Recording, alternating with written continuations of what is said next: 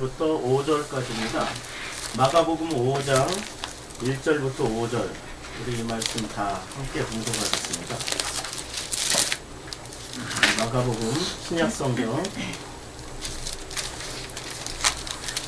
다 찾으셨으면 함께 봉독하겠습니다. 시작. 예수께서 가다 건너편 거라사인의 지방에 이르러 배에서 나오시매 곧 더러운 귀신 들린 사람이 무덤 사이에서 나와 예수를 만나니라. 그 사람은 무덤 사이에 거처하는데 이제는 아무도 그를 쇠사슬로 낼 수 없겠으니 이는 여러 번 고랑과 쇠사슬을 내었어도 쇠사슬을 끊고 고랑을 깨뜨렸습니다. 그게 아무도 그를 제어할 힘이 없는지라. 밤낮 무덤 사이에 있으나 산에서나 늘 소리 지르며 돌로 자기 몸을 지치고 있었더라. 아멘. 오늘 설교 제목은 무덤 속에나 무덤 밖에나 문의 메이옴 이렇게 했습니다. 저도 김정봉 목사님 흉내 한번 내봤어요. 헬라 하나 써놓고. 이 문의 메이온이라는 단어가 무덤이라는 뜻입니다. 무덤이라는 뜻인데 이 문의 메이온이 성경에서는 굉장히 중요한 어떤 그 메타포로 쓰여집니다. 무덤, 도대체 이 무덤이 어떤 의미가 있는지 우리가 이 본문 말씀을 통해서 한번 살펴보겠는데요. 예수님께서 지금 1절에 예수께서 바다 건너편 거라사인의 지방에 이르러 갈 때 요 전에 어떤 사건이 있었냐면은 4장 마지막 절에 보면 4장 마지막 부분에 보면은 4장 37절에 큰 광풍이 일어나며 물길이 배에 부딪혀 들어와 배에 가득하게 됐습니다. 그러니까 광풍이라는 것은 본문에서 얘기했던 것처럼 미친 바람, 돌개바람, 도저히 상상도 할 수 없는 어떤 그 예측 불허의 그런 바람이 불어왔습니다. 그러니까 바다 한가운데서 그들은 폭풍을 뚫고 지금 거라사 지방으로 건너왔습니다. 바다 한가운데에서 폭풍을 만났습니다. 거라사 지방으로 건너왔죠. 근데 건너왔는데 이 거라사라는 지방이 어떤 지역인지 혹시 아십니까? 제가 어제 거라사라는 지역을 여기저기 좀 다 찾아봤거든요. 그 전에 제가 공부했던 거 사실은 이제는 다 무시하고 새롭게 다 찾아서 지금 공부하고 있는 중인데요. 이 거라사라는 지방이 뭐 여러 가지 이야기가 많이 나오는데 제가 생각하기에는 그 요단 지금 요르단 지역 쪽에 이게 본문에 의하면은 가다라라고 돼 있습니다. 거라사라고 안 돼 있고 가다라 지방인데 이 가다라 지방은 요르단 쪽에 있는 그런 지역으로 생각을 합니다. 그러니까 요르단 지역 전혀 다른 생소한 지역으로 넘어온 겁니다. 그리고 이쪽 지역에서 이 본문에 의하면 5장에 돼지고기 먹고 있었던 지역이었죠. 이 더러운 군대 귀신이 어디로 들어가냐면은 5장 11절에 보면은 마침 거기에 돼지 큰 떼가 산 곁에서 먹고 있는지라 돼지를 치던 지역이었습니다. 그러니까 이 유대 지역은 아니고요. 유대인들은 돼지고기 안 먹었습니다. 유대인들은 돼지고기 안 먹었고 돼지고기를 먹던 지역은 이 이방인들이 먹었습니다. 그러니까 그 이방인 지역으로 갔으니까 여기는 유대 지역이 아니고 전혀 다른 생소한 지역으로 넘어갔다라는 겁니다. 완전히 성격이 다른 지역. 어떻게? 폭풍을 뚫고 넘어갔다라는 거죠. 그 폭풍은 여러 가지 메타포가 있지 않습니까? 바다, 우리가 지난번에 바다에 대해서 많이 나눴지 않았습니까?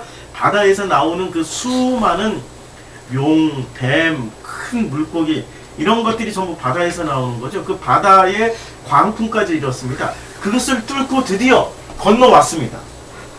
첫 구절이 그 바다 건너편, 건너왔다라는 얘기입니다. 어디서 건너왔을까요? 그들이 건너온 자리는 애굽이 아니고 그들이 현재 건너온 자리는 이스라엘이었죠. 유대 땅. 유대 땅이고 이 유대 땅의 이름은 국가의 이름은 이스라엘이었습니다. 이스라엘이었죠. 근데 이 이스라엘이라는 지역이 지금 애굽과 얼마나 다른지 우리는 먼저 그걸 생각을 해봐야 됩니다. 이때 당시에 이스라엘과 이때 그 몇천 년 전에 애굽하고 얼마나 다를까요? 얼마나 같을까요? 우리가 생각해 보면은 애굽이라는 지역은 어떤 지역이었습니까? 애굽이라는 지역은 성전 짓던 지역이었죠. 성전 지어서 하나님께 영광 돌렸던 지역이었습니다. 이 종교 집단이었습니다. 애굽 전체가 종교 집단이었습니다. 어제 엑소더스 영화를 봤거든요.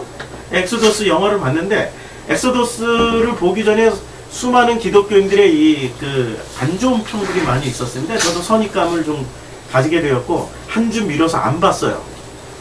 12월 3일날 보려고 그랬는데 좀 나오자마자 보려고 그랬는데 좀 자꾸 미뤄지게 되더라고요. 근데 어제는 보기 전에 선입감을 빼고 한번 보자. 그래서 선입감을 빼고 한번 봤습니다. 선입감을 빼고 보니까 거기에 그 종교적인 수많은 그 갈등 구조가 그 속에 들어가 있더라고요. 지배계층으로 불리는.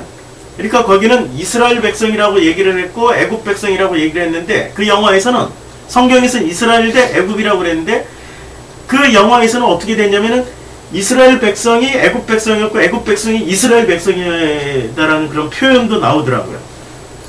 그러니까 그들은 이미 혼연일자가 되어 있는 그런 상황입니다. 그런데 그 영화에서 말하지 않는 장면이 하나 나옵니다. 아니, 영화에서 말하는 장면도 하나 나와요.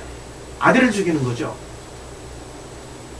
애굽에서의 가장 큰 특징이 아들을 낳는 사람들과 아들을 죽이는 사람들이 있었다라는 거죠.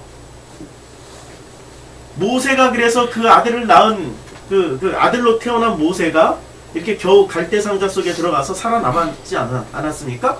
그러니까 모세 외에 대부분의 아들들은 다 죽임을 당했다는 얘기입니다. 아들을 죽이는 종교와 아들을 낳는 종교가 공존하고 있었던 거죠. 어떻게 보면 애굽이 이때 당시에 이스라엘보다 더 훌륭할 수도 있었다는 거예요. 아들을 낳는 종교였으니까. 그 아들들은 누굽니까? 아들들은 그 아들을 낳는 종교. 그러니까 우리가 우리 기독교의 최고의 목표가 그거 아닙니까? 양자가 되는 거? 그 하나님의 양자가 돼서, 그 바울의 표현에 의하면 그 양자가 되는 순간 우리는 그 모든 하나님이 약속해 주신 그 권리를 양자처럼 상속을 받는 거 아닙니까? 그게 영생이고, 그리고 하나님이 우리에게 약속해 주신 그 모든 것들 아닙니까? 애굽이 이스라엘보다 더 훌륭했어요. 애굽 시절에는 아들을 낳았던 시스템이었습니다. 이스라엘은 아들을 낳지 못했어요. 몇백 년 동안. 그것을 중간기라고 그러죠. 신약과 구약의 중간기. 굉장히 오랜 시간 동안 선지자도 나타나지 않았습니다. 그 모든 목소리들이 다, 말씀들이 죽어 사장되었던 그 기간이, 오랜 시간을 그 이스라엘은 경험을 했고, 그 침묵을 깨신 하나님의 진짜 아들이 오셨다라는 거죠. 아들이 오신 겁니다. 그렇죠? 이분이 누구시죠? 예수. 이분으로 오셨죠, 이 아들이. 그러니까 애굽에도 아들이 낳고, 아들이 그 영화 엑소더스에서 보면은 모세를 마치 예수처럼 그려놨어요. 아주 어쩌면 이렇게 참 메타포로 이렇게 잘 찾아서 예수처럼 뽑아서 이렇게 했는지, 저희 백성에서 저를 구원해낼 자, 모세는 물에서 건져낼 자, 저희 백성에서 구원해낼 자. 아주 기가 막히게 메타포를 잘 썼더라고요. 애굽 땅에서는 모세가 있었고, 아들 모세가 있었고, 여기서는 하나님의 아들 예수가 오신 겁니다. 그러니까 이때 당시에 애굽과 이스라엘을 지금 제가 이렇게 어떤 사회가 더 뛰어나고 어떤 사회가 좀 덜하냐 이런 걸 얘기하려고 했던 게 아니라, 둘 다 종교 집단이었고, 그때 당시에 그 종교 집단의 최고의 우두머리는 누구였냐면은 이스라엘에서는 바리새, 사두개, 제사장들이었고, 이 애굽에서 최고의 종교 지도자들은 누구였습니까? 애굽의 라 종교, 그 태양신 숭배하던 그 종교의 사제들이고, 그 정점에는 바로라는 신인, 그러니까 짐이 곧 신이고 신이 곧 왕이다, 뭐 이런 얘기를 하던 바로가 있지 않았습니까? 그 바로와 이 이스라엘에 있었던 바리새인들과 뭐가 다르죠? 다를 거 별로 없잖아요. 신분만 다른 것 뿐이지 하는 행동은 똑같았어요. 바리새인들이 결국에는 그 모든 이스라엘 백성들, 사두개인 바리새인 제사장들이 모든 이스라엘 백성들의 그 종교의 핵심적인 키워드를 붙잡고 그들을 현혹하고 있었다니까요. 제가 오늘 아침에 기대를 한번 살짝 했었어요. 드디어 2014년 12월 14일이 됐잖아요. 새벽 4시가 됐잖아요. 새벽 4시 지나왔는데요. 아시죠? 그 홍혜선 전도사님이라는 분이, 전도사인지 모르겠는데, 2014년 12월 14일 새벽 4시 30분에 뭐 새벽 4시라고 그랬나? 30분이라고 그랬나? 뭐 좌우지가 예언을 했잖아요. 전쟁이 안 일어났습니다.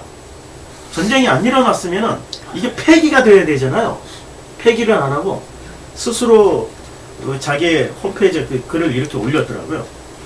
이것을 누군가가 또 요약을 했어요. 이 전도사, 이 양반이 홍전이라는 사람이 했던 말을 요약을 해서 5가지를 요약을 해서 올렸습니다.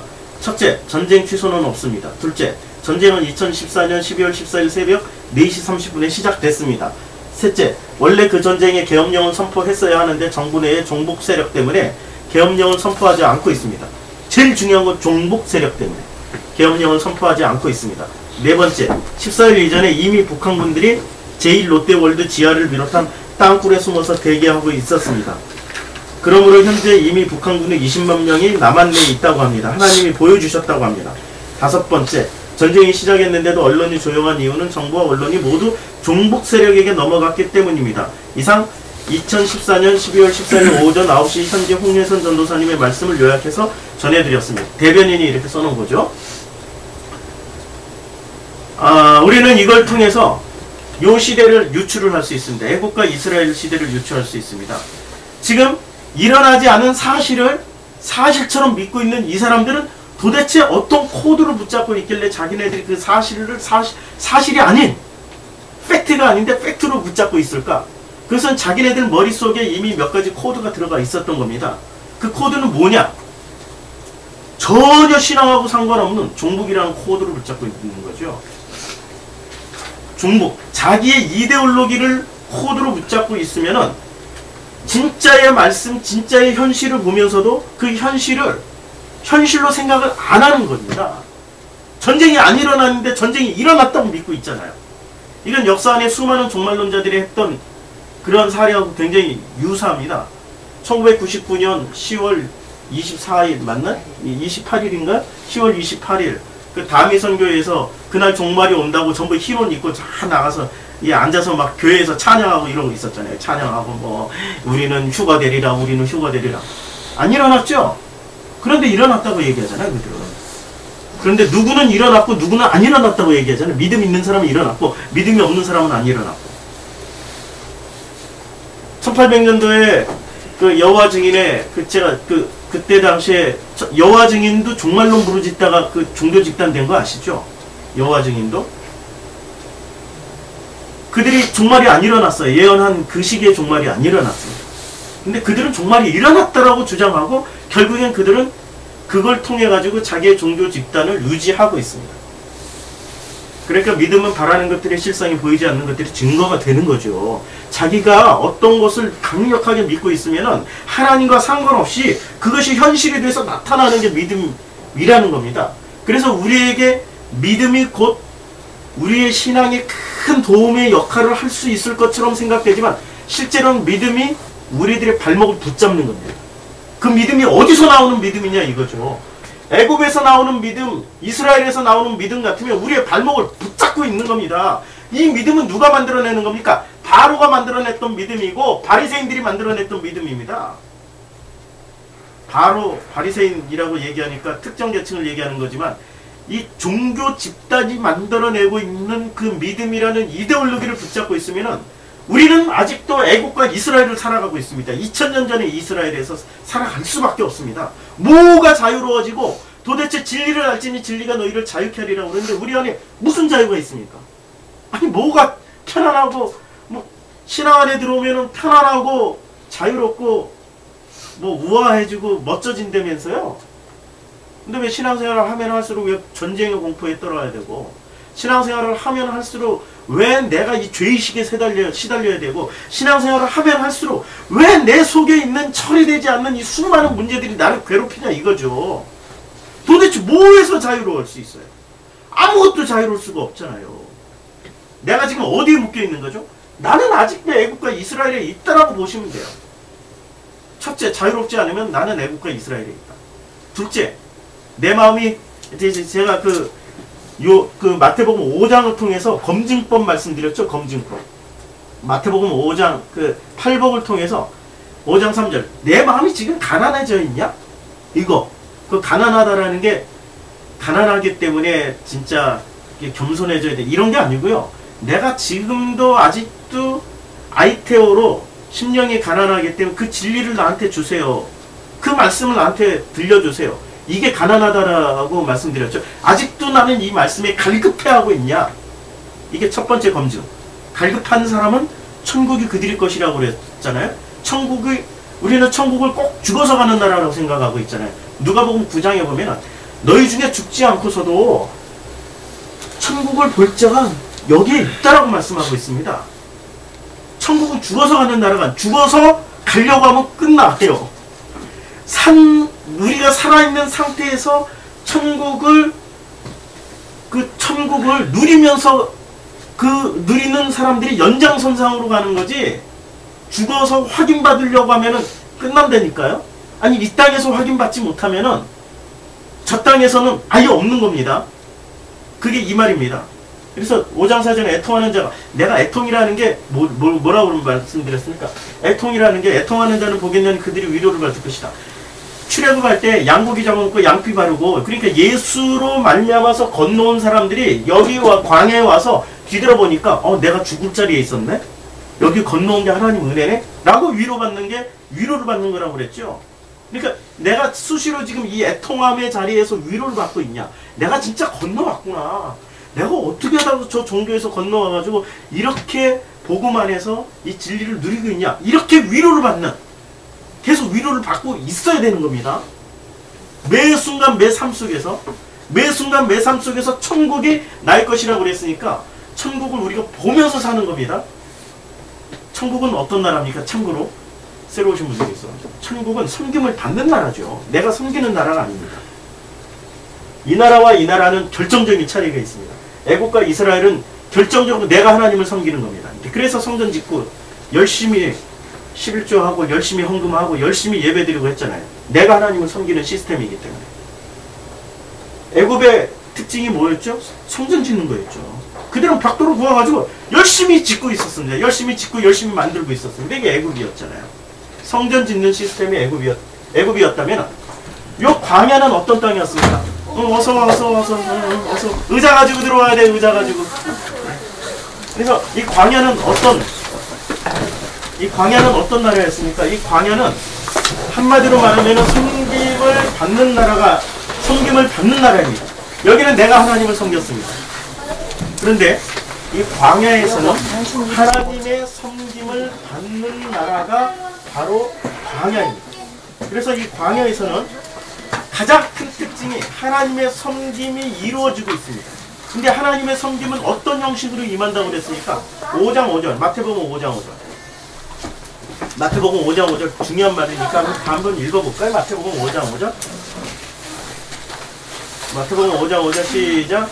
온유한 자는 복이 있나니 그들이 땅을 기업으로 받을 것이다. 하나님의 섬김이 어떻게 이루어지냐면 온유함으로 이루어지십니다. 온유함의 본래의 뜻은 뭐라고 그랬습니까? 시계를 생각하시면 되죠. 시계처럼 규칙적입니다. 칸트처럼 규칙적입니다. 시계 수리공이 칸트네 집 앞에, 칸트가 산책하는 그 길거리에 있었던 그 시계빵 주인이 시계를 뭐 보고 맞췄냐면 칸트를 보고 맞췄대요. 정확하게 1분 1초도 안 틀리고 그 앞을 지나가니까 칸트는 항상 일정하게 시계 변함없이 규칙적으로 일정하게 갔던 게 시계입니다. 그런데 하나님의 섬김이 어떻게 이루어지냐면 온유함으로 이루어지십니다. 이 땅에서 하나님의 섬김이 이 광야에서 온유함으로 우리에게 변함없이 끊임없이 규칙적으로 전혀 피곤치도 않고 곤비치도 않고 우리에게 이루어지시는 장소가 광야라는 장소입니다. 이 광야에서 그런 섬김을 받는 자들은 무엇을 기업으로 받는다고 그랬습니까? 땅을 기업으로 받는다고 그랬죠.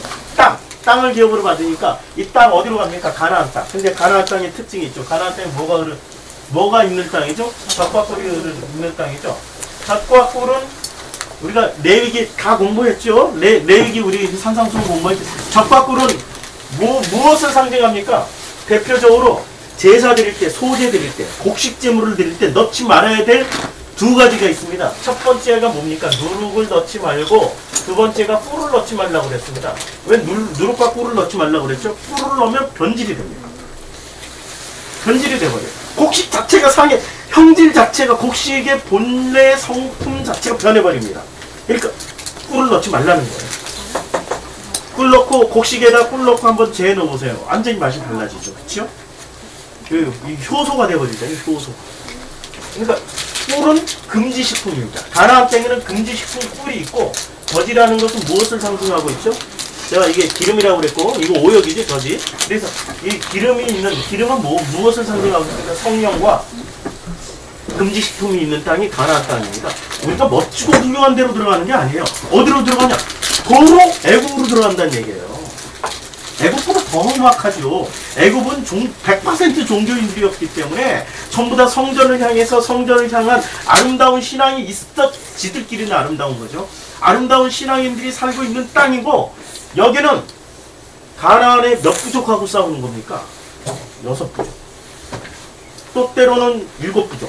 또 때로는 10부족이라고 그랬죠.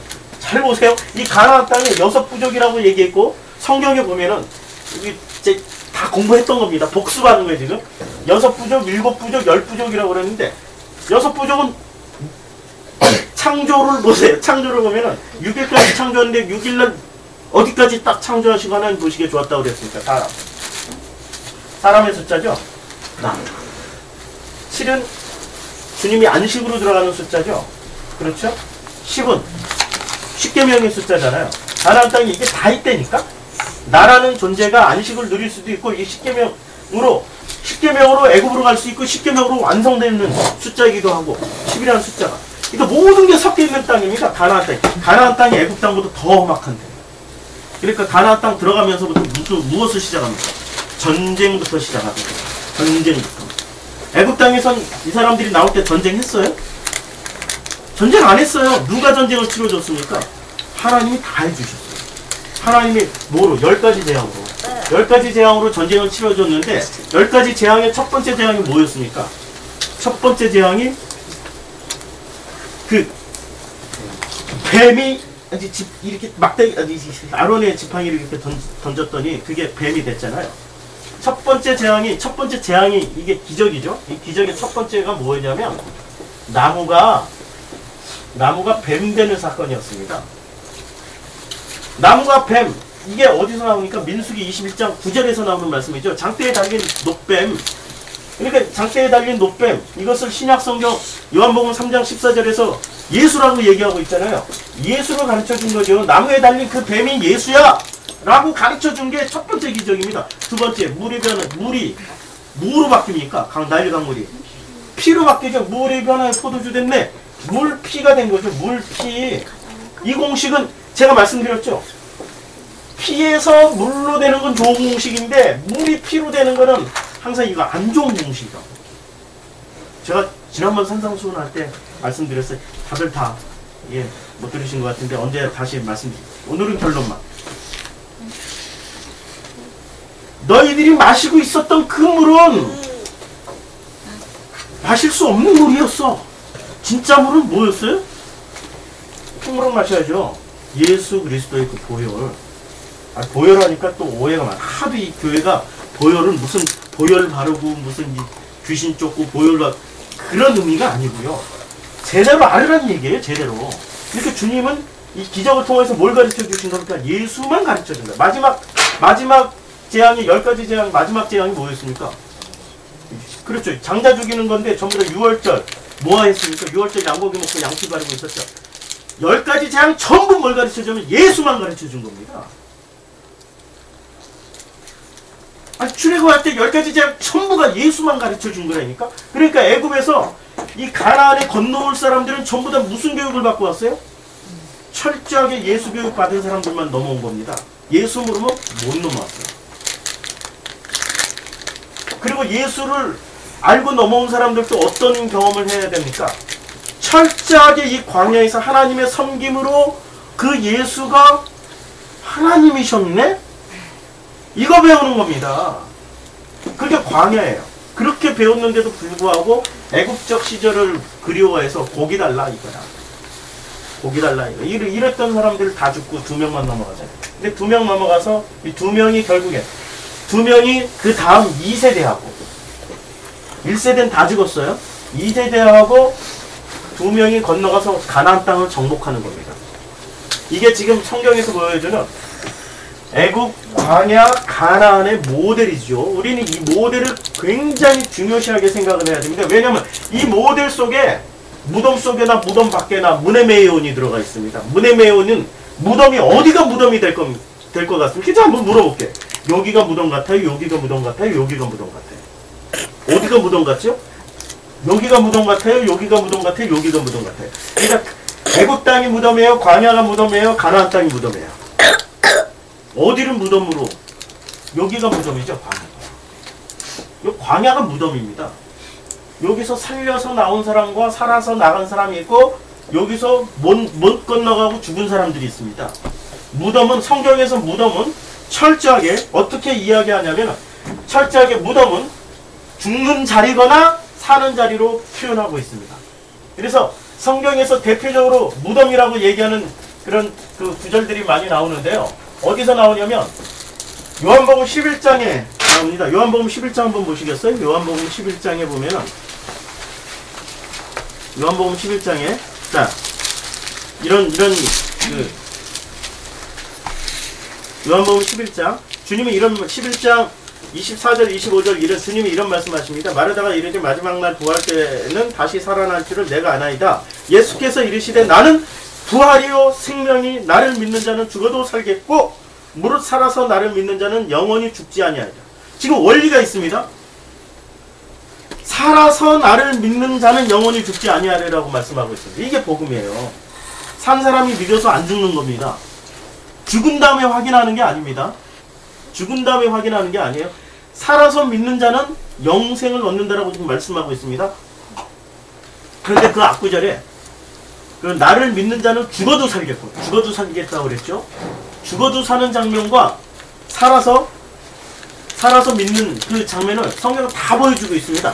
자, 그래서 이 다음 구절이 어떻게 되냐면, 요 다음 장면이 이제 그 오라비가 그 28절에 이 말을 하고 돌아와서 가만히 그 자매 마리아를 불러 말하되 선생님이 오셔서 너를 부른다 하시니 마리아가 이 말을 듣고 급히 일어나 예수께 나가매 예수는 아직 마을로 들어오지 아니하고 마르다가 맞이했던 곳에 계시더라. 이렇게 하고 주님이 어디로 가십니까? 주님이 자 32절 마리아가 예수 계신 곳에 가서 배웠고 그 발 아래 엎드려 이르되 주께서 여기 계셨더라면 내 오라버니가 죽지 아니하였겠나이다 하더라. 예수께서 그가 우는 것과 또 함께 온 유대인들이 우는 것을 보시고 심령의 비통이 여기시고 불쌍히 여기사 이르시되 그를 어디에 두었느냐 이르되 주여 와서 보옵소서. 예수께서 눈물을 많이 흘리시더라. 누구 얘기하는 겁니까? 죽은 나사로 무덤 속에 들어가면 지금 무덤이 나오죠. 이게 문해매운이에요.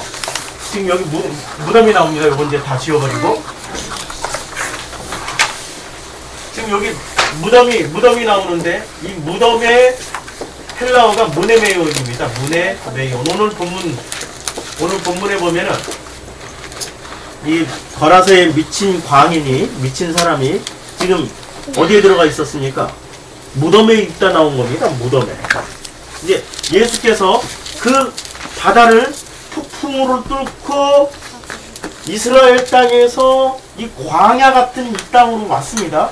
근데 그 광야에서 만난 첫 번째 사람이 어디서 튀어나온 사람입니까?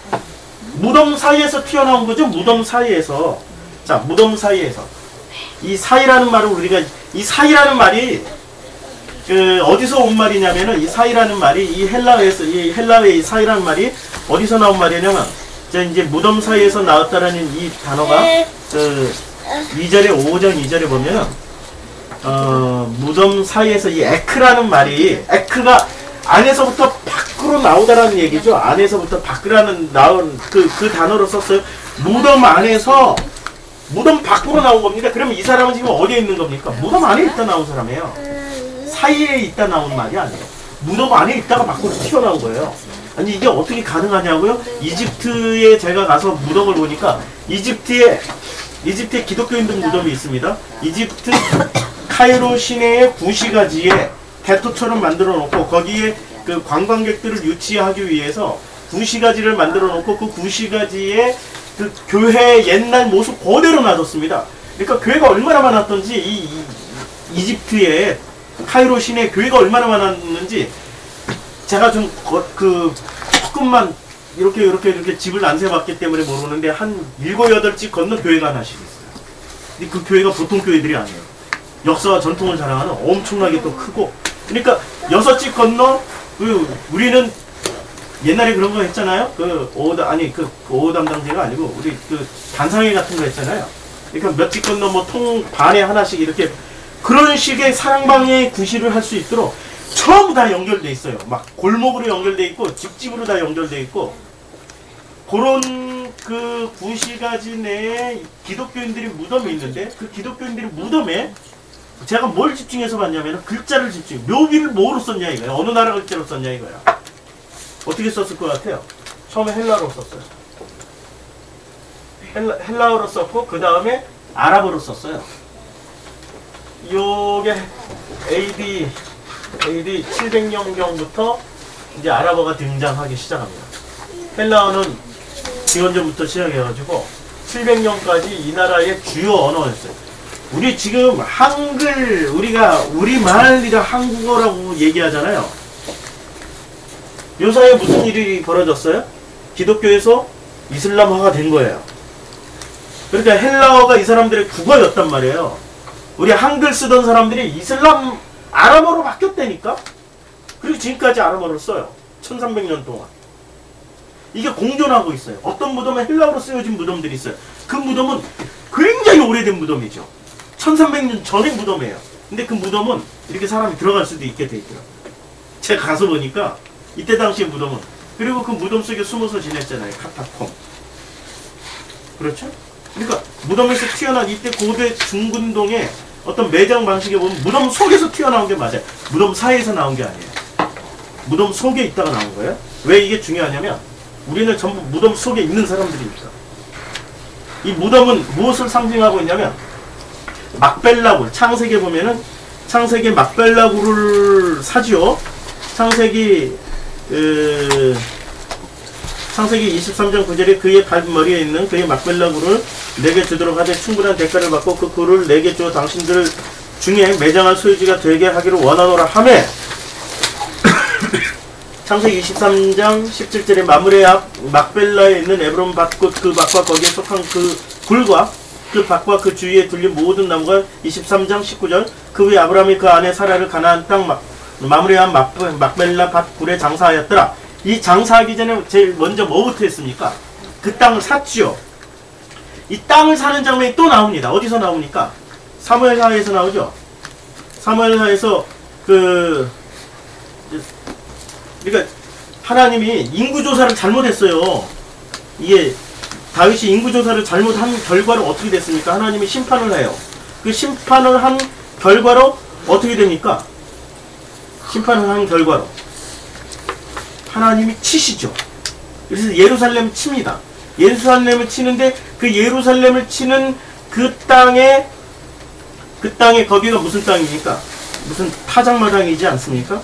7년에 그 24장 사무엘하 24장에 보면은 24장 18절에 이날 갓이 다윗에게 이르러 그에게 아뢰되 올라와서 여부스 사람 아라우나의 타작마당에서 여호와를 위하여 제단을 쌓으소서 하매 제단을 쌓으소서. 타작마당에 제단을 쌓으려고 그래요. 근데 그 땅을 가나안 사람 이 여부스가 가나안 족속이에요. 지금 아까 말씀드린 6부족, 7부족, 10부족 나눌 때 6부족 안에 들어갔던 사람이 그러니까 중요한 부족이에요. 근데 이 여부스족이 아직도 살아남아 있었어요. 이 다윗이 이야기하는 요 살아남아 있는 이 여부스족 이 사람이 어떻게 하냐면 24장 20절에 아라우나가 바라보다가 왕과 그의 부하들이 자기를 향하여 건너옴을 보고 나가서 왕 앞에 얼굴을 땅에 대고 자라며 21절 이르되 어찌하여 내 주 왕께서 종에게 임하시나이까 하니 다윗이 이르되 내게서 타작마당을 사서 여호와께 제단을 쌓아 백성에게 내리는 재앙을 그치게 하려 함이라 라고 말씀드렸어요. 22절 아라우나가 다윗에게 이르되 원하건대 내 주 왕께서 좋게 여기시는 대로 취하소서 드리소서 번제에 대하여서는 소가 있고 뗄나무에 대해서는 마당질하는 도구와 소의 멍에가 있나이다. 23절 왕이 아라우나가 이것을 다 왕께 드리나이다. 다 왕께 거저줬어요. 막벨라구처럼 거저줬어요. 그런데 그 사람도 막벨라구를 거저줬던 그 사람도 해적족이었고 어디 사람이었습니까? 가나안 사람. 이 사람도 지금 여부수족 가나안 사람이에요. 이스라엘 백성 아닙니다. 유다의 12지파에 속한 사람이 아니고 가나안 사람이에요. 이 사람들이 땅을 무상 제공하는데 지금 아브라함도 돈 주고 샀고 지금 이 땅도 돈 주고 사는 장면이 나와요. 이제 공짜로 제공하는 거예요. 공짜로 제공하는데 24절 아라우나가 다윗에게 아뢰되 원하건대 내 주 왕께서 좋게 여기신 대로 취하여 드리소서. 번제에 대해 소가 있고 뗄나무에 대해서 마당질하는 도구와 소의 멍에가 있나 두고 공짜로 제공하는데 왕이 어떻게 합니까? 왕이 아라우나가 이것을 다 왕께 드리나이다 하고 또 왕께 와로되 왕의 하나님 여호와께서 왕을 기쁘게 받으시길 원하나이다. 24절 왕이 아라우나에게 이르되 그렇지 아니하다. 내가 값을 주고 내게서 사라. 값없이는 내 하나님 여호와께 번제를 드리지 아니하리라 하고 다윗이 은 50세겔로 타작마당과 소를 사고 그곳에서 여호와를 위하여 제단을 쌓고 번제와 화목제를 드렸더니 이에 여호와께서 그 땅을 위한 기도를 들으시며 이스라엘에게 내리는 재앙이 그쳤더라. 그런데 이 땅이 나중에 뭐로 바뀝니까? 성전 자리로 바뀝니다. 여기다 성전 지어요. 여기다가. 그렇죠? 그러면 아브라함이 막벨라구를 샀던 그 땅은 가나안 땅에 상징적으로 가나안 땅을 접수하는 이런 대금을 지불한 겁니다. 대금을 지불했다라는 건 그 가나안 땅에서 성전을 짓겠다라는 거죠. 그리고 실제로 다윗은 여기서 이제 그 아라우나의 타작마당을 사가지고 얼마나 타작마당이 컸으면 타작질하는 도르키질하는 그 마당이 얼마나 컸어. 우리 농촌은 동네 사람 다 모여서 해봐야 뭐 그게 얼마나 크겠습니까? 축구장만 하지는 않잖아요. 근데 이 성전터는 축구장보다 넓어야 되죠. 엄청 넓어야 되는 겁니다. 그 타작마당 전체를 사버린 겁니다. 그러니까 은 50세겔 들어가는 거죠. 그 타작마당 전체를 사고 거기다 성전을 지어버렸습니다. 그러니까 이 지금 막벨라굴을 내가 왜 자꾸 막벨라굴 얘기하면서 막벨라굴이 무덤이잖아요. 그 무덤 전체는 무엇을 상징하고 있냐면 성전을 상징하고 있는 거죠. 그래서 성경에서는 무덤 이퀄 성전입니다. 성전 이거는 뭐 수많은 학자들이 증명을 한 겁니다. 제가 더 이상 설명을 안 드릴게요. 무덤은 성전입니다. 그리고 이 성전, 그러니까 무덤은 성전을 상징하고 있으면 이 무덤을 곧 우리는 지금 어디를 살아가고 있죠? 광야, 이걸 무덤을 뭐라고 그랬습니까? 제가 아까 애굽이냐 가나안이냐 광야냐라고 할 때 광야가 곧 무덤이요 성전이라는 뜻입니다. 그러면 이 광야의 특징은 뭐였죠? 섬김을 받는 곳이죠. 섬김 받는 자리입니다. 섬기는 자리가 아니에요. 잘 구분하셔야 됩니다. 섬김을 받는 자리입니다. 섬기는 자리가 아니에요. 여기서 만약에 광야에서 우리가 섬기게 되면은 그 자리는 뭐가 되는 자리가 되냐면 우리가 섬기게 되면은 무덤 속에서 이 성전 우리가 지금 성전은 뭔 얘기를 하는 겁니까? 성전의 성격을 알아야 되죠. 하나님은 여기가 요 전체가 요 전체 시스템이 이거 코스모스라고 하면은 코스모스가 질서죠. 우리에게 주어주신 질서입니다. 그리고 이것을 우리가 눈에 보이는 세계의 전부입니다. 질서이고 이게 세계의 전부입니다. 우리가 느낄 수 있는 세계의 전부인데 하나님은 여기다 관사를 하나 더 붙이세요. 이걸 호라는 관사를 붙이세요. 코스모스. 코스모스의 주인이십니다. 그러면 코스모스의 주인이신 이분이 이 세계의 말씀을 하시면은 이 코스모스 내에 있는 말씀을 이렇게 당신이 직접 말씀하시면 알아듣습니까? 못 알아들어요. 못 알아들으니까 하나님이 당신의 말씀을 알아듣게 하시기 위해서 누구를 보내신 거죠? 예수를 보내신 거죠. 그리고 예수를 통해서 다 말씀하시고 나서 또 다시 이 말씀을 더 알아들을 수 있게, 잘 알아들을 수 있게 또 누구를 보내셨어요? 성령을 보내신 거죠. 이 시스템을 우리가 잘 기억을 해야 됩니다. 그러니까 하나님이 직접 말씀하시는 걸 들으면 사람들이 못 알아들어요. 그러니까 하나님은 예수를 통하여서 이게 하나님 주신 세계의 코스모스가, 근데 예수는 오셔가지고 무슨 설명을 다 하고 가셨습니까? 하나님이 주신 이 코스모스라는 질서를 다 설명해 주고 가신 거예요. 어디서 설명해 주셨어요?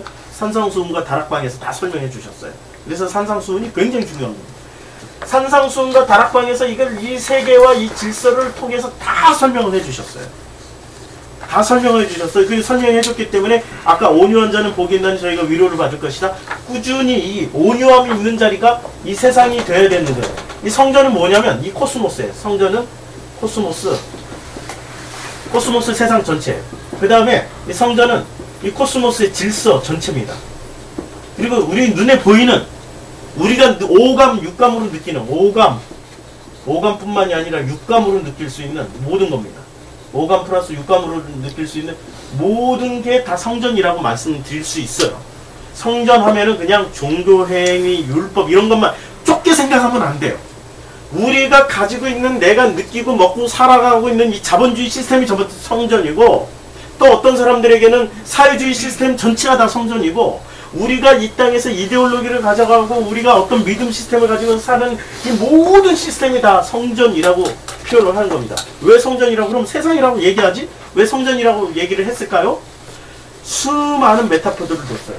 세상, 성전, 이게 그 흑암, 빛, 물, 굉장히 많은 메타포로 이 성전을 다 설명을 해 두셨어요.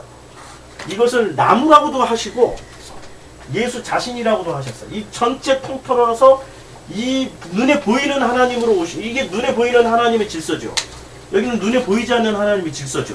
그럼 눈에 보이는 하나님의 질서인 그 하나님의 질서로 오신 분이 누구세요? 예수죠. 그러니까 이 성전을 전부 뭐라고 얘기하냐면 예수예요, 예수. 이 성령님은 어디에 계시냐면 요 중간쯤에서 성령님은 이 뜻을 여기로 이 언어로 변환시켜 주셔서 해석해 주시는 분이세요. 이분은 걸쳐 있는 분이시고 예수는 완전히 들어오셔가지고 이 자체가 되신 분이에요.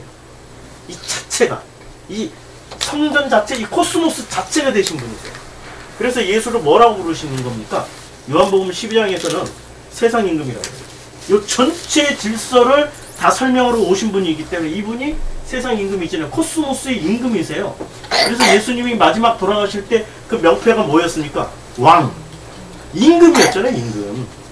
아니 왜 왕이라고 하고 또 어디는 임금이라고 하냐고 해가지고 헷갈리겠죠.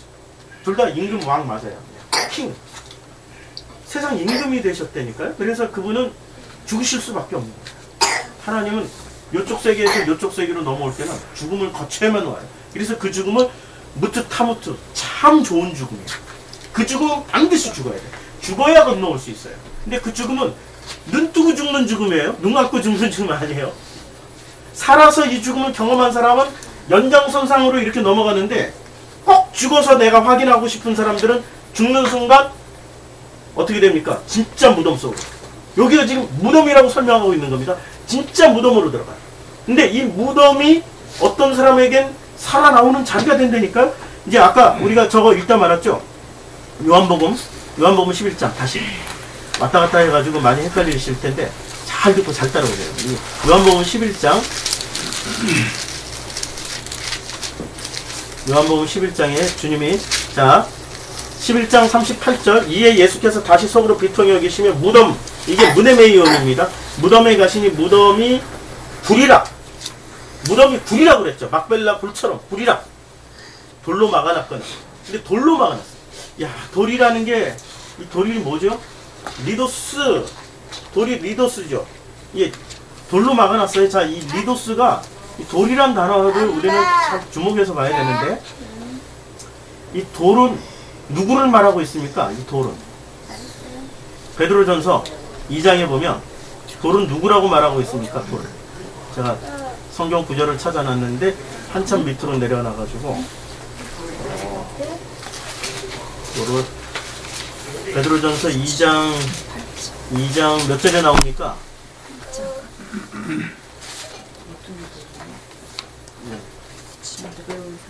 예, 2장 24절. 아닙니다. 이 베드로전서 2장 24절. 예, 4절 한번 읽어주시겠어요?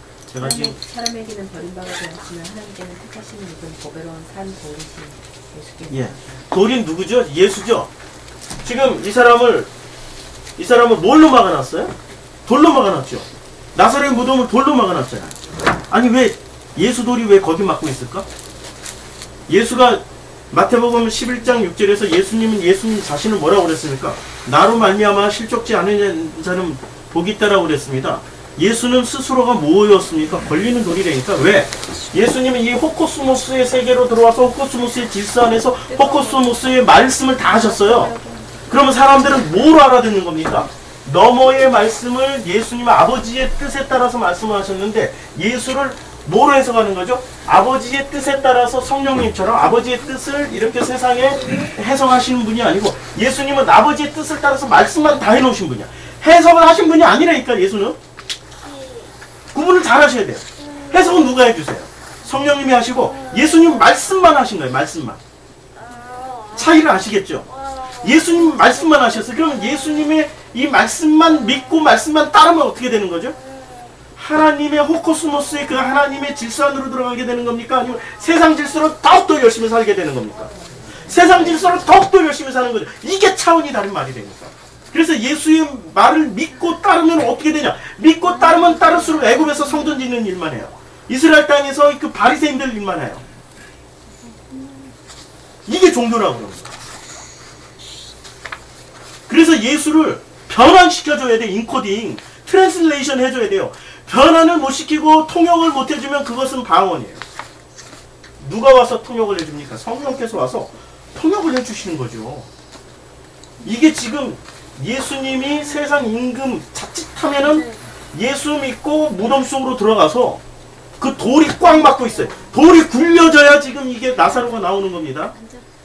근데 그 돌을 굴려서 나오는 그 말씀을 하신 분이 또 누구세요? 예수예요. 그러니까 전부 키워드는 누구한테 다 있어요. 예수. 그래서 예수가 말씀하셨습니다. 나로 말미암지 않고는 아버지께로 올 자 하나도 없다라고 했어요. 그 예수 이름 믿고 구원받으라는 얘기가 아니라 예수가 하신 그 역할과 예수가 하셨던 그 말씀의 본래의 너머의 의미를 알으라고 지금 말씀하신 겁니다. 예수를 모르면 안 된다니까? 복음은 예수부터 시작해요. 복음은 예수부터 시작하는데 그 예수를 제대로 아는 것부터 시작하는 거죠.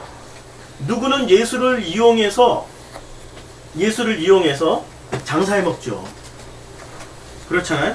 그 예수를 세상 질서를 교묘하게 잘 버무리잖아요. 축복과 권능과 어떤 나의 소원 성취 이런 걸로 잘 교묘하게 잘 버무려가지고 예수를 잘 이용해서 장사해 먹죠. 그럼 그것은 무슨 얘기입니까? 이 호코스모스라는 질서를 잘 이용해가지고 장사해 먹죠. 홍해선 전도사가 요거 아주 능한 사람이었죠. 요 세상 질서의 한 코드를 딱 잡아낸 거예요. 그 한 코드가 뭐냐? 종북 좌파를 딱 종북 좌파 이거 딱 코드를 끄집어내가지고 요 코드 가지고 사람들에게 하니까 요 코드를 붙잡고 있는 사람들은 어떻게 되는 겁니까? 불안해서 못 사는 거야 지금. 불안해서. 저도 예언이 성취되면 어떻게 되지? 한 번쯤은 이렇게 생각을 했어요. 예언이 성취되면 나야 감사하지. 빨리 가고 싶은 사람이니까 나야 감사하지. 나는 아무렇지도 않더라고. 근데 예언이 성취되면 불안해할 사람들은 또 누군가라고 생각을 해봤어요. 누가 불안하죠? 이 땅에 많은 걸 가지고 있는 사람. 놓으면 안 되는 것 꽉 붙잡고 있는 사람. 그렇죠. 그런 사람들은 무섭죠. 지금 무섭죠. 그러니까 나는 이 땅을 살고 있으면서 지금 너머의 하나님을 살고 있는 거죠. 난 죽어도 상관없어요 지금. 그럼 우리 자녀들은 어떻게 되냐? 아버지가 알아서 하시지 뭐. 그럼 내가 다 책임을 어떻게 줘. 그렇잖아요. 이게 지금 코드를 무슨 코드를 붙잡고 있느냐에 따라서 예수가 구세주가 되고 예수가 진짜 죽이는 무덤이 되고 살리는 무덤이 되는 거예요. 코드를 어떤 코드를 붙잡고 있느냐에 따라서 이 세상 코드에 나와 있는 코드를 다 붙잡고 있으면은 예수는 우리가 이 무덤 밖으로 나갈 일이 없다니까. 여기 전체가 지금 무덤이라고 제가 말씀드리고 있는 거죠. 이 코스모스 전체가 지금 무덤입니다. 무덤 밖으로 나갈 일이 없어. 이 무덤 안에 모든 게 다 해결되니까 먹고 자고 싸고 입고 사랑하고 이 수준에서 말하고 있는 이 수준에서 다 이것의 카피본이잖아요. 하나님 만드신 거잖아요. 근데 만들었는데 요 질서를 통해서 너머의 하나님의 그 질서를 알으라고 주신 건데 그 너머의 하나님으로 넘어가지 않고 어디로 주저앉아 버리는 겁니까? 요 질서 안에 다 해결된다니까. 이 안에 사랑 있지, 휴머니즘 있지, 미움 있지, 분노 있지, 인간의 오만 감정들이 다 있단 말이에요. 이 안에 또 아주 아싸라한 이 참 너무 좋은 에로스도 있지. 넘어가지 못한다니까. 여기가 조사온 여기다 초막셋을 짓고 불러온다니까. 초막셋을 짓고 누구를 불러와요? 모세도 불러오고 엘리야도 불러오고, 그리고 하나님 당신을 위해서 어디로 불러내요? 아니 너머에 있는 사람은 요리로 불러낸다니까. 지금 모세와 엘리야는 요 너머에 간 사람이잖아요. 그 사람들을 요 질서 안으로 불러내서 요게 주장자, 여기가 좋다고. 이게 바로 종교입니다. 예수를 어떻게 해석하느냐에 따라서 내가 여기 주저앉게 되느냐 아니면 내가 넘어가게 되느냐를 결정하게 되는 거죠. 그러면 예수는 여러분들에게 무덤이죠. 지금 현재 무덤이에요. 근데 그 무덤이 살아나오게 만드는 무덤이냐 아니면 내가 그 무덤 속에 들어가서 영원히 못 나오게 만드는 무덤이냐가 누구로 결정되는 겁니까? 돌이 막고 있으면 영원히 못 나오는 무덤이 되는 겁니다. 그 돌을 내가 어떻게 굴려요? 죽은 자가 절대 못 굴립니다. 밖에서 굴려내줘야 되는 거예요. 밖에서 성령께서 굴려내주셔야 돼요. 어떻게? 해석을 통해서 굴려내주시는데, 자 38절 읽었죠? 39절 11장 39절 예수께서 이르시되 돌을 옮겨 놓으라 하시니 돌을 옮겨 놓으라고 그랬어요. 이제 드디어 돌이 굴려집니다. 돌이 옮겨졌어요. 예수님이 부활하신 후 첫째 날 이른 아침 새벽에 마르다와 마리아가 이렇게 달려갔죠. 그런데 그 앞에 돌이 그 사람들은 무슨 걱정하면서 갑니까? 저 돌을 우리가 어떻게 굴리지? 우리 여자들 힘으로 저 돌을 못 굴리는데? 근데 가서 보니까 돌이 어떻게 돼 있어요? 돌은 이미 굴려져 있고 문은 열려 있었어요. 그렇죠. 그러니까 돌이라는 게 굉장히 중요한 상징으로 쓰여지고 있다는, 모든 지금 이스라엘의 무덤에는 돌로 막혀 있는 겁니다. 그 돌은 산돌, 띵돌, 흰돌 전부 누구를 얘기하는 거죠? 세상 질서로 오신 예수를 종북 좌파로 이런 코드로 믿으면 절대 안 됩니다. 이게 종북 좌파가 지금 대표 단수가 돼서 그런데 이게 아니고 자본주의, 우리가 살아가고 있는 모든 시스템 대변하고 있는 좋은 단어라서 지금 말씀하고 있는 거예요. 정치적 성향 말하는 게 아닙니다. 이 코드를 얘기하는 거예요. 이 코드를 붙잡고 있는 사람들은 요 질서 안에 머물기를 원하는 겁니다. 질서를 벗어나야죠. 어떻게 벗어나요? 내 힘으로는 죽었다 깨나도 못 벗어나요. 하나님의 섬김을 받아야 돼요. 그 섬김을 받는 자리가 광야고 무덤이라는 거죠. 하나님이 어떻게 섬기십니까? 성령께서 섬겨주십니다. 뭐로? 내 능력, 기도하는 거 다 들어주는 걸 아니라니까? 이 질서를 하나하나 파자에서 설명을 해주세요. 이 질서를, 하나님이 이 질서를 설명하는데 당신은 어떻게 설명했습니까? 알파 오메가라고 그랬죠? 요게 알파 오메가면은 이게 지금 헬라어예요. 알파, 베타, 감마, 시그마 뭐 이렇게 쭉 나오죠. 알파. 그러니까 영어로 치면은 A, B, C, D, E, F, G 쫙 해가지고 이렇게 이제 마지막에 Z로 끝나나? 이렇게 이제 오메가까지 와요. 이걸 하나님이 요 순서를 주셨다라는 거예요. 요 순서대로. 요게 창세기 1장 1절의 원리죠. 요 순서대로 주셨는데 이 순서대로 하면 어떻게 되냐? 요 질서대로 하나씩 배워가는 겁니다. 이게 알파는 하나님의 시작이고 이게 마지막, 요 사이에 시작과 마지막은 이제 이거 하나님의 영역이고 나머지는 누구의 영역이에요? 인간의 영역이죠. 인간 질서의 영역. 그러니까 이게 베타부터 시작해가지고 오메가 전까지 다 경험하고 다 공부해야 되는 거예요. 기독교는 무조건 무식하게 믿어서만 가는, 그렇게 해서 되는 종교가 아닙니다. 기독교는 놀랍게도 엄청나게 공부를 해야 되는 종교입니다. 아니 우리는 지능지수를 다 다르고 어떤 사람은 참 그 IQ가 이렇게 좀 낮게 태어나가지고 그분은 어려서부터 이렇게 모든 세상을 해피하게만 보시는 분이 있는데 그분들은 어떻게 해요? 어떻게 해요? 라고 우리 물을 수 있잖아요. 나는 머리가 좀 나빠가지고 제가 IQ 테스트 해봤더니 제가 IQ가 그 원숭이하고 똑같습니다. 뭐 이렇게 나왔나? IQ 테스트 해봤더니 IQ하고 상관없어요. 누가? 성령이 섬겨주죠. 그걸 능력이라고. 머리가 나쁜 사람도 깨닫게 되는 게 복음이에요.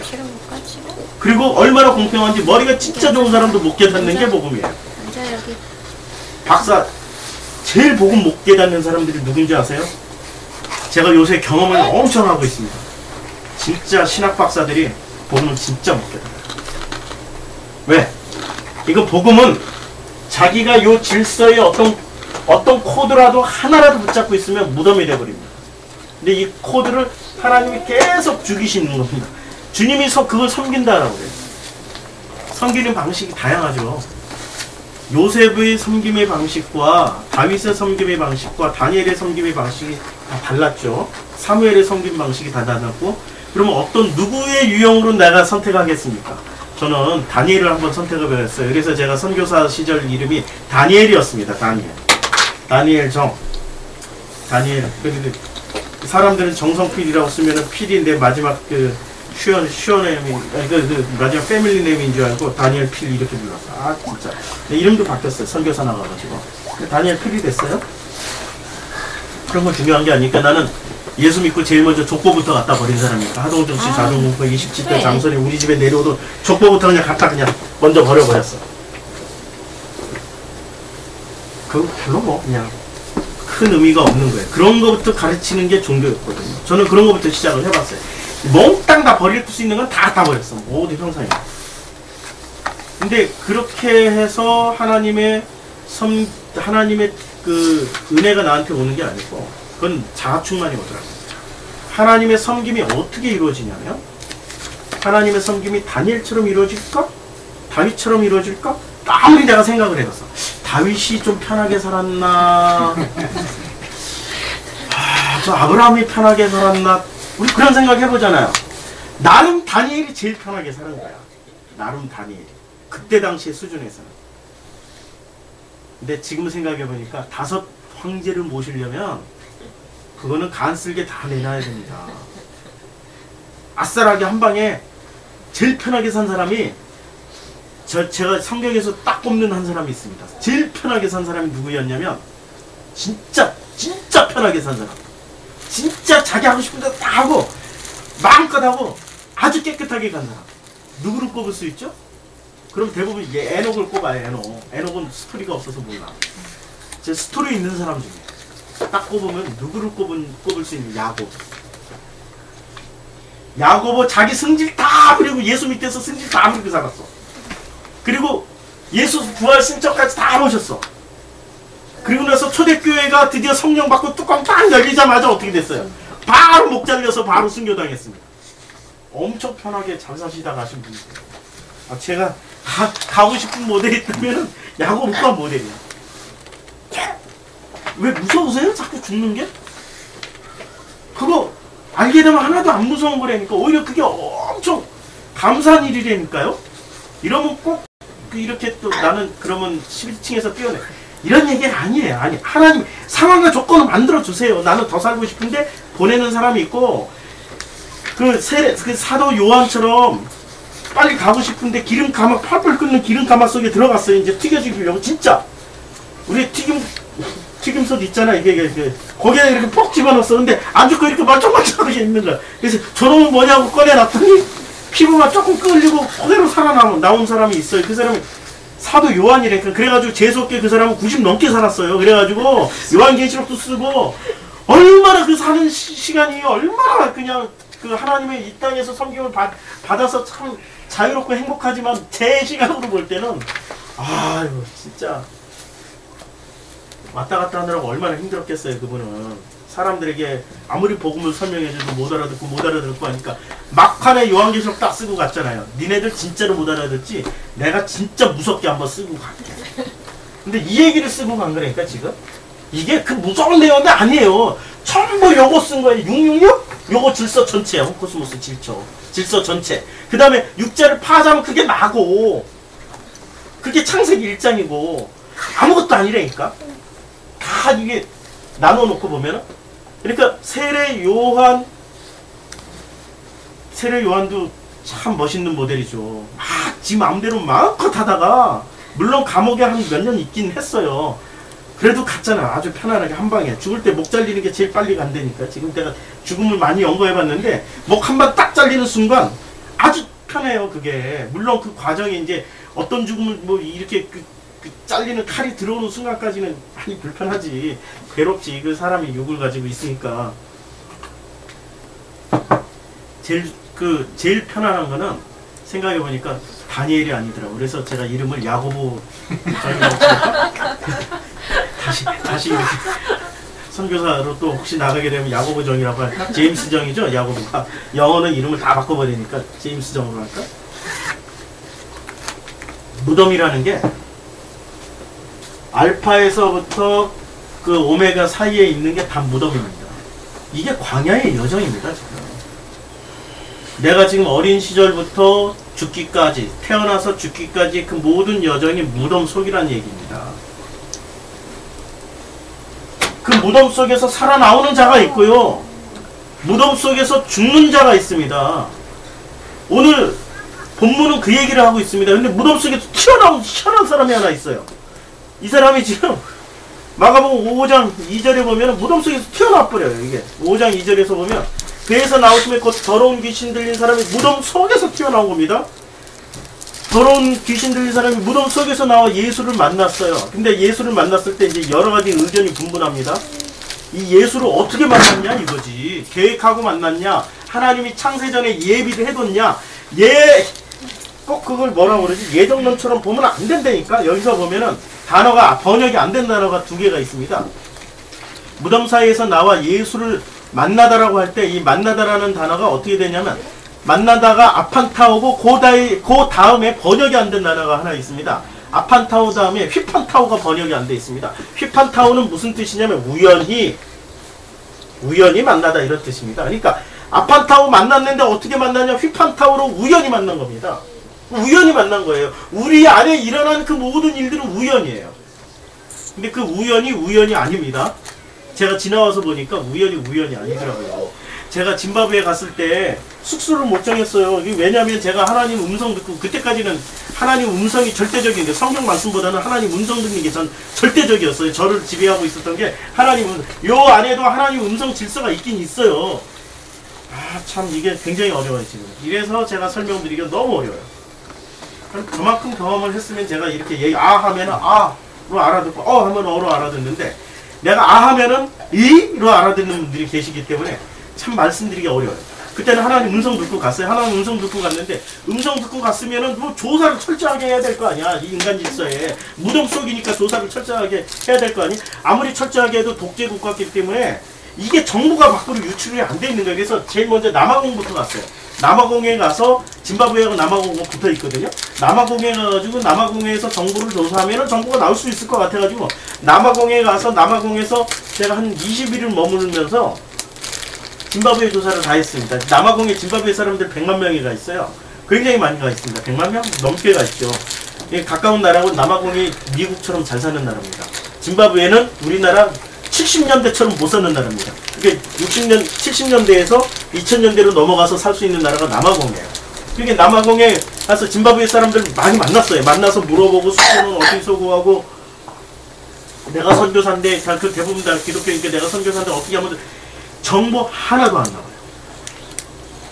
워낙에 가난한 나라니까 자기네들이 그 게스트하우스라는 개념도 모르고 뭐 이런 거 전혀 그런 겁니다. 20일 동안 결국에는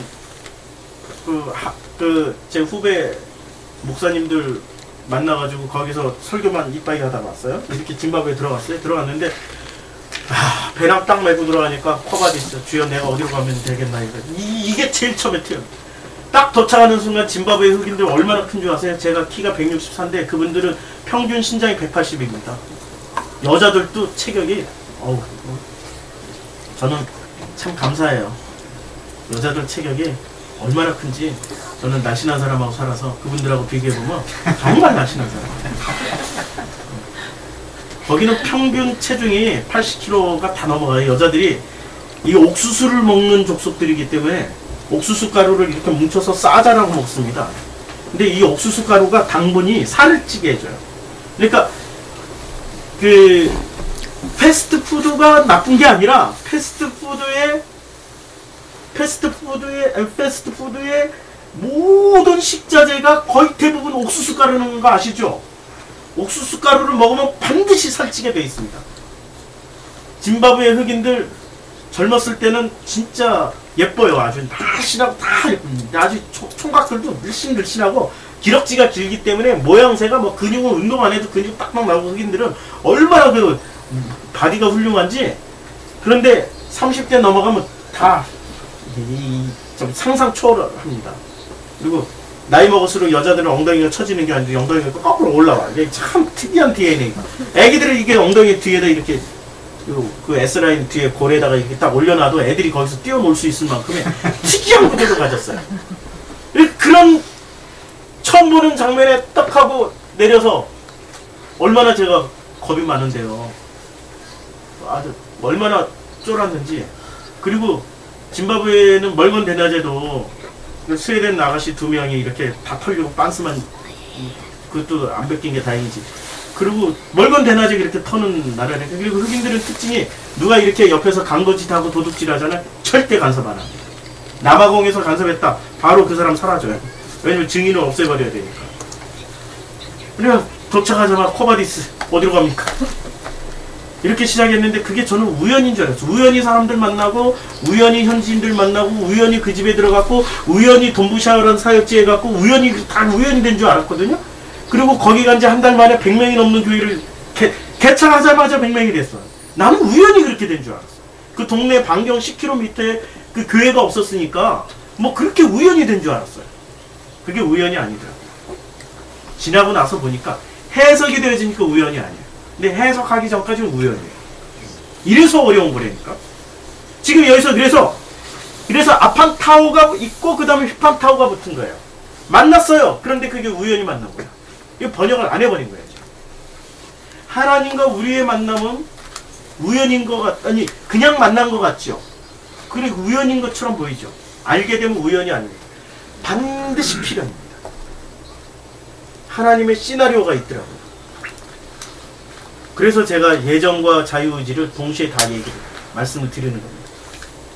그래서 제가 이제 지나온 시간들을 이렇게 되돌아볼 때 하나님의 연단 프로그램이라는 걸 제가 말씀을 드려요.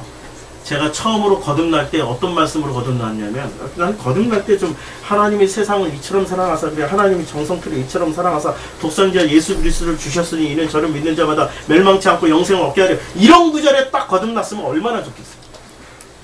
그런 구절에 거듭난 게 아니라 로마서 5장 3절 4절 환난은 인내를, 인내는 연단을, 연단은 소망을 이기, 이 구절 듣다가 거듭났다니까. 제가 확 뒤집어져가지고 그 말씀을 듣다가 거듭나가지고 환난은 인내를, 인내는 연단을, 연단은 소망을 이룰. 나의 지나온 그때 당시 20대 초반에 나의 지나온 그 시간 동안에 야 그때도 환난이라고 생각을 했었어요. 가난하게 살았지. 철도청에서 허리 다쳐가지고 허리 디스크 걸려가지고 철도청 한 6개월 휴직하고 병휴직, 멀쩡한 놈이 이렇게 누워있다가 막 물리치료 받고, 이걸 나는 환난이라고 생각하고 그 구절 듣는데 눈물 펑펑 쏟으면서 아버지 하나님하고 제가 그 세계 속에 들어갔다 나왔거든요. 근데 그게 시작이었더라고. 그게 끝이 아니었어. 그게 시작이었어. 퇴근까지. 환난이 인내를, 인내는 연단을 어떻게 하다 그런 그 말씀을 나한테 주셔가지고, 그런데 지나고 나서 보니까 하나님의 연단 프로그램이라는 게 있구나. 이게 우연히 일어난 게 아니구나. 하나님이 한 사람을 구조하기 이 코스모스라는 질서 안에서 당신의 호코스모스를 관철시키고 당신의 호코스모스 안에 질서로 한 사람을 끌어들이기 위해서 훈련 프로그램을 넣어놨구나. 이게 훈련 프로그램입니다. 훈련 프로그램. 내 지나온 삶을 보니까 이 훈련 프로그램을 뭐로 만들어 놓으시냐면 예수로 대변되는, 성전으로 대변되는 무덤으로 지금 말씀하고 있는 이 코스모스 세계 전체가 다 훈련 프로그램이에요. 이게 바로 알파부터 오메가 사이에 있는 베타부터 모든 이 알파벳 순서대로 다 경험하게 되는 겁니다. 알파벳 순서대로. 어떻게 경험하냐? 이게 A, B, C, D, 영하고 비슷해. 이 베타는, 그러니까 히브리어로 보면은 이게 알레, 끼메, 달레, 해 이렇게 나가거든요. 요 배가 뭐냐면, 배는 성전을 상징하고 있습니다. 성전 안에서 일어나고 있는 그 모든 일을 통하여서 처음 시작과 마지막이신 하나님을 알아가는 과정이 무덤 속입니다. 그게 광야예요. 그게 바로 예수를 알아가는 길이고요. 예수가 누군지를 체험하는 길입니다. 그 훈련 연단 프로그램 속에 들어가 있는 나는 내가 재수 없어서 들어간 게 아니라 그게 하나님의 섬기심의 방식입니다. 하나님의 섬기심의 방식이세요. 그래서 남들 같으면은 아들이 이렇게 아버지 집으로 갔을 때 울고불고 난리를 쳐야죠. 저도 울고불고 지금 가끔 진호 생각 무지 많이 나는데 그 진호 작품 다 갖다 놓고 이제 전시회를 준비하면서 하나씩 놓고 보면서 진호 생각은 이렇게 참 진호는 이런 걸 어머니의 품 이게 따뜻함을 그리워했구나 이런 거 생각할 때마다 저도 육신의 앱이니까 그런 생각을 많이 하죠. 그러나 하나님의 섬기심이 있기 때문에 그거보다 더 감사하고 그 자유로운 그런 것으로 넘어갈 수 있는 거죠. 자꾸 이 세상으로 아들을 만나는 거고 아들이 나가 아들이고 뭐 좌우지간 이 질서 자체를 질서로 너무 충실하게 요쪽 세계의 언어로만 가지고 이 코스모스의 언어로만 가지고 이 질서를 다 살아가는 사람의 대표가 누구였냐면 바리새인. 이 사람들은 이 질서로 살아간 게 아니고 자기네 힘으로 요 무덤의 질서를, 성전의 질서를, 코스모스의 질서를, 예수의 질서를 다 살았던 사람들입니다. 이 사람들이 진짜 이거 다 지켰다니까요. 이 사람들 이름이 바리새인. 그러면 우리는 이거 질서 다 지켰는데 예수님이 오셔서 뭐라고 그랬어요? 그 바리새인들에게 독사의 새끼들아 이래버렸잖아요. 독사가 뭡니까? 뱀은 뱀인데 독국물을 주입하는 뱀이죠. 뱀은 뱀인데 독국물을 넣는 뱀이라니까요. 물은 물인데 먹으면 죽이는 물이 되는 거죠. 물은 물인데 우리가 나일강물을 이렇게 그냥 날마다 먹고 있으니까 야 이게 마실만한 물이구나. 이 물을 먹고 날마다 살았어요. 근데 주님이 오셔서 그 나일강물의 정체를 딱 보여주니까 그게 전부 다 피였다라는 거죠. 그리고 그 물을 먹는 그 생물체는 어떻게 되냐면 죽어서 다 떠오르고 거기서 썩어서 악취가 나게 만들어버리는 겁니다. 너희들이 먹고 살았던 물은 전부 이거야. 종교 안에서 이 무덤 안에서 먹고 살았던 그 모든 말씀들은 죽이는 물이야. 먹으면 죽어서 떠올라서 썩어버리는 그런 물이야. 어떻게 마셔야 됩니까? 그럼 물로 피로 바꿨잖아요? 아무도 못 먹잖아. 누구는 먹어요? 누구는 먹을 수 있어요? 아는 사람은 이게 예수의 피구나. 마시라고 그랬잖아요. 주님이 이는 내 피요 이는 내 살이요 마시라고 그랬잖아요. 세상에서 주님의 피를 이 세상에서 우리가 먹을 수 있는 물은 나일강 강물의 맑은 물이 아니라 주님의 피밖에 없구나. 그게 말씀이구나 하고 먹는 거죠. 그게 지금 우리에게 설명해 주시는 방식이었습니다. 자, 그래서 5장 1절에서 이제 5장 2절에 무덤. 근데 이 무덤은 누구를 집어넣습니까? 민수기 19장 16절에 보면 누구든지 들에서 칼에서 죽은 자는 시체나 사람의 뼈나 무덤을 만졌으면 이래 동안 부정하니라. 그런데 민수기 19장 16절에서 누구든지 이제 이 율법을 말하는 겁니다. 들이 어딥니까? 광야, 무덤. 들에서 칼에 죽은 자나 시체나 사람의 뼈나 무덤을 만졌으면, 여기를 만졌으면 전부 이 얘기하는 거죠. 전부 지금 이 광야 얘기하는 겁니다. 광야, 무덤, 사람, 시체, 뼈 전부 무덤 속을 말하는 겁니다. 이거 만지면 며칠 동안 부정하다고 그랬습니까? 2일 동안. 2일가 며칠입니까? 7일이죠. 7일 동안 부정한 거죠. 7일 동안 재창조의 과정을 거쳐야 되는 거죠. 그래서 이사야 65장 4절 그들이 무덤 사이에 앉으며 은밀한 처소에서 밤을 지내며 돼지고기를 먹으며 가증한 것들을 국을 그릇에 담으며. 그들이 무덤 사이에 앉으며 지금 무슨 장면입니까? 무덤 사이에 앉았어요? 은밀한 처소에서 밤을 지내며 무덤 사이에 앉아서 은밀한 처소 거기가 어디예요? 무덤 사이에 앉아서 밤을 지내요? 밤과 낮으로. 근데 뭘 먹어요? 돼지고기를 먹어요. 누구 얘기하는 겁니까? 오늘 본문에 나오는 거라사의 그 귀신 들린 사람 얘기하는 거죠. 그래서 이 사람이 귀신 들려서 나오는데, 자, 본문의 5장 5절에 아주 중요한 그 말씀을 하고 있습니다. 5장 5절에 밤낮 무덤 사이에서, 밤낮 무덤이라고 그랬죠. 밤낮. 우리 번역에는 밤낮 무덤 사이에서 나온다고 그랬죠. 자, 이 밤낮을 어떻게 표현하고 있냐면 리누크카이 헤메랍니다.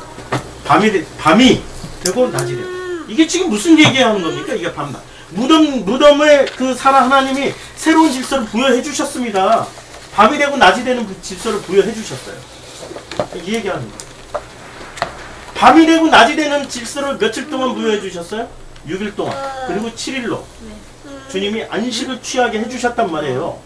밤낮, 밤낮. 이 사람은 낮에서 밤을 사는 게 아니에요. 지금 헬라어 순서도 밤에서 낮을 사는 사람이에요. 그런데 이 사람이 결국엔 또 도로 들어가는 데가 어디입니까? 무덤 속에 들어갔어요. 근데 무덤 속에서 누구를 만나야 돼요? 예수를 만나야 되는데 예수를 못 만났어요. 드디어 오늘 우연히 예수를 만났어요. 그리고 이 사람은 어떻게 됐습니까? 귀신 나가고 온전한 정신이 돼서 멀쩡하게 앉아있게 되는 거죠. 그리고 그가 가서 예수를 전하게 되는 거예요. 어디에? 이 코스모스 세상으로 들어가가지고 자기가 살았던 이 코스모스의 세상에 들어가서 복음을 전하는 거예요. 그러니까 지금 전부 이 귀신 들린 사람 얘기는 누구 얘기하고 있는 겁니까? 내 얘기고 그 나는 철저하게 누구를 만나야 된다고 얘기를 하는 거죠. 예수. 그런데 그 예수는 뭐로 오셨어요? 세상 질서의 이 안으로 오셨어요. 그래서 우리가 예수를 세상 질서 안에 이 법칙으로만 해석을 하면은 나는 거기가 무덤이 되고, 예수를 성령께서 말씀하시는 그 해석으로 우리가 예수를 해석하게 되고 예수를 보게 되면, 예수님의 그 말씀을 듣게 되면은 어떻게 되는 겁니까? 건너가는 거죠. 지금 그게 결론입니다. 건너가는 거죠. 건너가야 되죠. 어떻게 건너갑니까? 예수를 제대로 알아야 되는 거죠. 그래서 마가복음 8장 30에 누구든지 자기 목숨을 구원하고자 하면은 잃을 것이요. 8장 35절 누구든지 나와 복음을 위해 자기 목숨을 잃으면 구원하리라. 여기서 잃으면이라는 게 아폴룸입니다. 아폴룸이 완전히 박살나다, 완전히 파괴되다라는 뜻입니다. 그러니까 누구든지 자기 목숨을 구원하고자 하면은 잃을 것이요가 아니라 완전히 자기 목숨을 구원하고자 하면은 완전 박살날 것이다. 누구든지 나와 복음을 위하여 자기 목숨을 잃으면, 여기서 아폴룸입니다. 완전 박살나면, 누구든지 나와 복음을 위하여 자기 목숨을 완전히 박살내면 구원받으리라. 이런 뜻입니다. 무슨 뜻인지 알겠어요? 하나님의 연단 프로그램을 얘기하고 있는 거죠. 이 연단 프로그램 안에 들어가 있는 사람은 완전 박살나서 구원받는다는 얘기입니다. 그런데 스스로가 자기 목숨을 구하려고, 자기 무덤 밖으로 나오려고 엄청 노력을 하잖아요. 그러면 누가 박살을 내줘요? 아폴룸이 하나님이 박살을 내주신다는 거죠. 하나님이 박살 내고 똑같이 하나님에게 박살나요. 지금 아폴룸이가 이루어집니다. 누구는 하나님이 박살내는데 무덤 속에, 영원한 무덤 속에 들어가는 박살남이 되고, 누구는 무덤 밖으로 나오는 박살남이 되는 겁니다. 파괴가 되는 거예요. 어떤 차이가 있죠? 예수를 꼭 이 질서로 보는 것이 아니라, 그러니까 이 질서로 보는다라는 게 무슨 뜻입니까?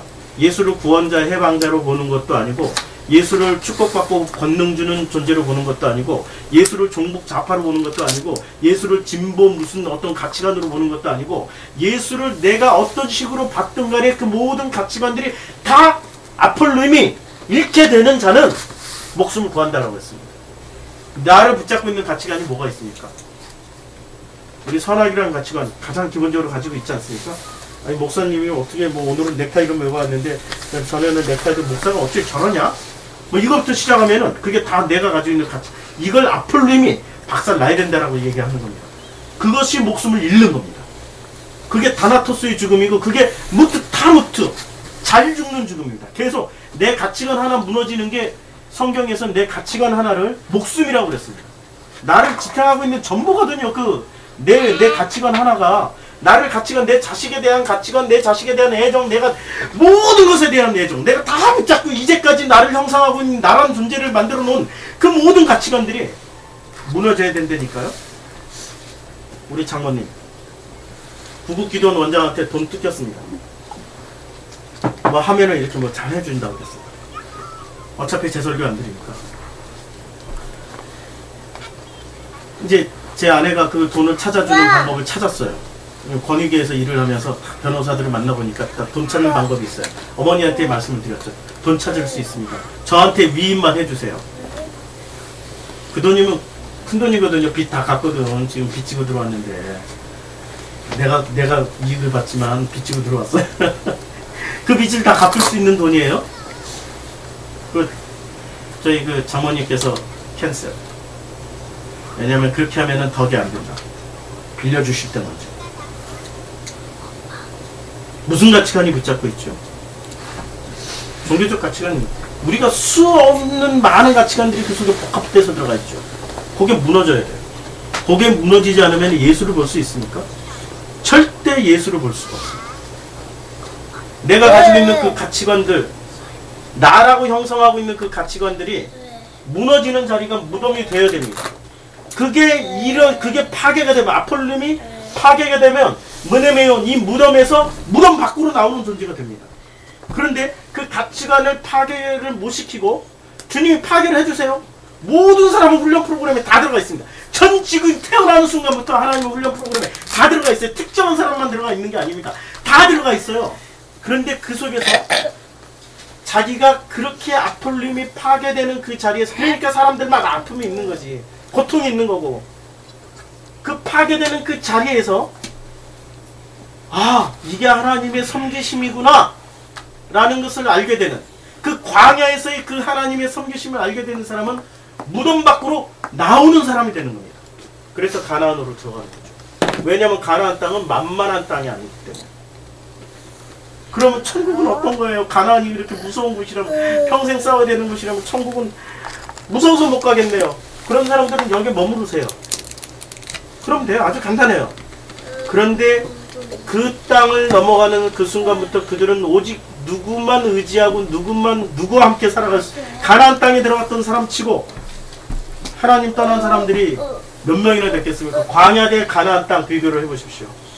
광야는 60만 중에 2명 건너갔고, 가나안은 그 60만 중에 몇 명만, 아간부터 시작해서 몇 명밖에 없잖아요. 그렇죠? 역전돼버립니다.